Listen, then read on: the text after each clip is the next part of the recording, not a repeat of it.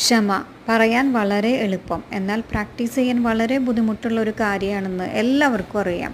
നമ്മൾ 10 മുതൽ 1 വരെ എണ്ണി നോക്കുക, ശ്വാസം വലിച്ചു വിടുക, അങ്ങനെ പലതരം ട്രിക്കുകളും നമ്മൾ പയറ്റി ദയനീയമായിട്ട് പരാജയപ്പെട്ട് ഇരിക്കുന്നവരാണ് ഇവിടെയുള്ളവരെല്ലാവരും.